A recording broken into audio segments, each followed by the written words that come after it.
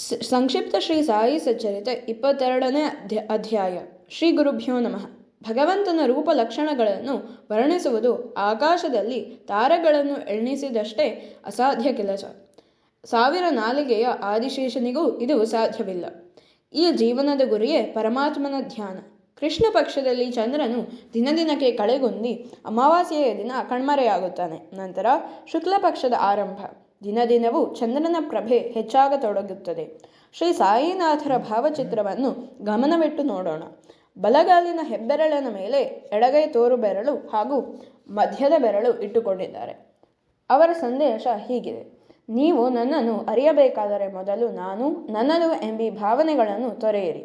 ಬಲ ಹೆಬ್ಬೆಟ್ಟಿನ ಮೇಲೆ ನಿಮ್ಮ ಚಿತ್ತವನ್ನು ನೆಲೆಗೊಳಿಸಿ. ಆಗ ನಿಮಗೆ ಜ್ಞಾನದ ಅರಿವಾಗುತ್ತದೆ. ಈ ಧ್ಯಾನವೇ ಭಕ್ತಿ ಮಾರ್ಗದ ಸುಲಭ ಸಾಧನೆಯಾಗಿದೆ. ಶ್ರೀ ಬಾಬಾ ನೆಲೆಸಿದ ಶಿರಡಿ ಪವಿತ್ರ ಕ್ಷೇತ್ರವಾಯಿತು. ಬಡವ ಎನ್ನದೆ ನಾನಾ ಭಕ್ತರು ಇಲ್ಲಿ ಸೇರುತ್ತಿದ್ದರು. ಬಾಬಾ ಕೆಲವೊಮ್ಮೆ ಧ್ಯಾನ ಮಗ್ನರಾಗಿದ್ದರೆ ಮತ್ತೊಮ್ಮೆ ನೀತಿಬೋಧಕ ಕಥೆಗಳನ್ನು ಹೇಳುತ್ತಿದ್ದರು. ಭಕ್ತರ ಯೋಗ್ಯತೆಗೆ ಅನುಗುಣವಾಗಿ ಅವರ ಉಪದೇಶ ಸಾಗುತ್ತಿತ್ತು. ಅವರ ಲೀಲೆಗಳು ಅಗಣಿತ. ಬಾಳಾ ಸಾಹೇಬ್ ಮಿಲೀಕರ್ ಎಂಬ ಭಕ್ತರು ಶಿರಡಿಯ ಮಸೀದಿಯಲ್ಲಿ ಬಾಬಾ ಅವರನ್ನು ದರ್ಶಿಸಿ ಹೊರಡುವುದರಲ್ಲಿದ್ದಾಗ, ನಿನಗೆ ಹಾವು ಗೊತ್ತೇ ಎಂದು ಹೇಳಿ ದ್ವಾರಕಾಮಯಿಗೆ ಬಂದವರಿಗೆ ಅದರ ಭಯವಿಲ್ಲ ಎಂದು ಅಭಯ ನೀಡಿದರು. ಇದರ ಮರ್ಮ ಯಾರಿಗೂ ಗೊತ್ತಿರಲಿಲ್ಲ. ಬಾಳಾ ಸಾಹೇಬರು ಅಲ್ಲಿಂದ ಹೊರಟಾಗ, ಶ್ಯಾಮನನ್ನು ನಿನ್ನ ಜೊತೆ ಕರೆದುಕೊಂಡು ಹೋಗು ಎಂದರು. ಆದರೆ ಮಿಲೀಕರರು ಅವರು ತಾವೊಬ್ಬರೇ ಹೋಗುವುದಾಗಿ ಹೇಳಿದರು. ಪುನಃ ಯೋಚಿಸಿ ಶ್ಯಾಮ ಅವರೊಂದಿಗೆ ಹೊರಟು ಚಿಥಳಿ ಎಂಬ ಊರನ್ನು ರಾತ್ರಿ ತಲುಪಿದರು. ರಾತ್ರಿ ಹೊತ್ತಿನಲ್ಲಿ ಎಲ್ಲಿಂದಲೋ ಒಂದು ಹಾವು ಬಂದು ಅವರ ಹೊದಿಕೆಯ ಮೇಲೆ ಕುಳಿತಿತ್ತು. ಅವರಿಗೆ ಭಯವಾಯಿತು. ಶ್ಯಾಮ ಅವರು ಸದ್ದಿಲ್ಲದೆ ಕೋಲಿನಿಂದ ಅದನ್ನು ಹೊಡೆದುಕೊಂಡರು. ಬಾಬಾ ಮೊದಲೇ ಅವರಿಗೆ ಈ ಸೂಚನೆ ನೀಡಿದ್ದರು. ಇದರಿಂದ ಮಿಲೀಕರ್ ಅವರಿಗೆ ಬಾಬಾ ಮೇಲಿನ ಭಕ್ತಿ ಇಮ್ಮಡಿಯಾಯಿತು.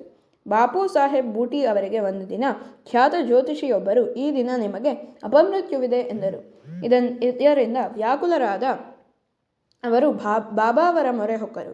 ಬಾಬಾ ಅವರು, ನಿನಗೆ ಹೇಗೆ ಅಪಮೃತ್ಯು ಬರುತ್ತದೆಯೋ ನೋಡುವೆ ಎಂದರು. ಆ ಸಂಜೆ ತಮ್ಮ ಕೊಠಡಿಯಲ್ಲಿ ಹಾವೊಂದನ್ನು ನೋಡಿದರು. ಅವರ ಆಳು ಅದನ್ನು ಹೊಡೆಯಲು ಹೋದಾಗ ದೊಡ್ಡ ಕೋಲನ್ನು ತರಲು ಅವರು ಹೇಳಿದರು. ಅಷ್ಟರಲ್ಲಿ ಸರ್ಪ ಮಾಯವಾಗಿತ್ತು.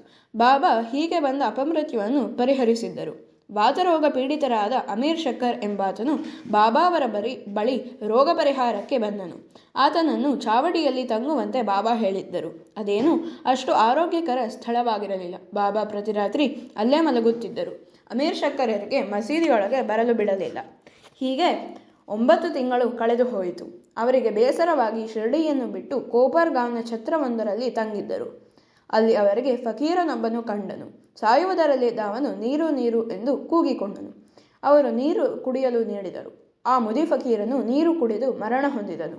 ಶಕ್ಕರನಿಗೆ ಈ ಘಟನೆಯಿಂದ ತುಂಬಾ ಭಯವಾಯಿತು. ಅದೇ ರಾತ್ರಿ ಅವರು ಶಿರಡಿಗೆ ಹಿಂದಿರುಗಿದರು. ನಂತರ ಚಾವಡಿಯಲ್ಲಿ ತಂಗಿ ತಮ್ಮ ಕಾಯಿಲೆಯಿಂದ ಗುಣ ಹೊಂದಿದರು. ಬಾಬಾ ಇದ್ದಕ್ಕಿದ್ದಂತೆ ಒಂದು ರಾತ್ರಿ, ಅಬ್ದುಲ್ಲನೇ, ಯಾವುದೋ ದೆವ್ವ ನನ್ನನ್ನು ಹೊಡೆಯಲು ಬರುತ್ತಿದೆ ಎಂದು ಕೂಗಿದರು. ಅಬ್ದುಲ್ಲಾ ಸುತ್ತಲೂ ನೋಡಲು ಏನೂ ಕಾಣಲಿಲ್ಲ. ಬಾಬಾ ತಮ್ಮ ಕೋಲನ್ನು ನೆಲಕ್ಕೆ ಬಡಿದರು. ಅಮೀರ್ ಶಕ್ಕರ್ ಅವರಿಗೆ ಸರ್ಪವೊಂದು ಅಲ್ಲಿ ಕಾಣಿಸಿತು. ಕೂಡಲೇ ಅದನ್ನು ಕೊಂದರು. ಹೀಗೆ ಅಮೀರ್ ಶಕ್ಕರ್ ಅವರು ಸರ್ಪಭಯದಿಂದ ಪಾರಾದರು. ಒಮ್ಮೆ ಬಾಬಾ ಅವರ ಆಜ್ಞೆಯಂತೆ ಕಾಕಾ ಸಾಹೇಬ್ ದೀಕ್ಷಿತರು ಏಕನಾಥ ಭಾಗವತ ಹಾಗೂ ಭಾವಾರ್ಥ ರಾಮಾಯಣ ಎಂಬ ಗ್ರಂಥಗಳನ್ನು ಪಾರಾಯಣ ಮಾಡುತ್ತಿದ್ದರು. ಹೇಮಾಡ ಪಂತರು ಶ್ರೋತೃಗಳಲ್ಲಿದ್ದರು. ಎಲ್ಲರೂ ಕಥಾಶ್ರವಣದಲ್ಲಿ ಮಗ್ನರಾಗಿದ್ದಾಗ ದೊಡ್ಡ ಚೇಳೊಂದು ಹೇಮಾಡ ಪಂತರ ಮೇಲೆ ಬಿದ್ದಿತ್ತು. ಅವರಿಗೆ ಇದು ಪರಮಾತ್ಮನ ದಯೆ ಎಂದು ತಿಳಿದು ಮೆಲ್ಲನ ಚೇಳನ್ನು ಹೊರಹಾಕಿದರು.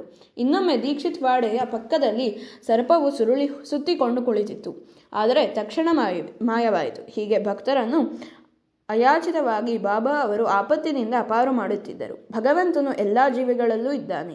ಅವುಗಳನ್ನು ವಿನಾಕಾರಣ ಕೊಲ್ಲಬಾರದು. ದೇವರೇ ಸಂರಕ್ಷಣೆ ಎಂದು ಉಪದೇಶಿಸಿದರು ಎಂಬಲ್ಲಿಗೆ ಶ್ರೀ ಸಾಯಿ ಸಚ್ಚರಿತೆಯ 22ನೇ ಅಧ್ಯಾಯವು ಸಂಪೂರ್ಣವಾಯಿತು. ಶ್ರೀ ಸಾಯಿನಾಥಾಯ ನಮಃ.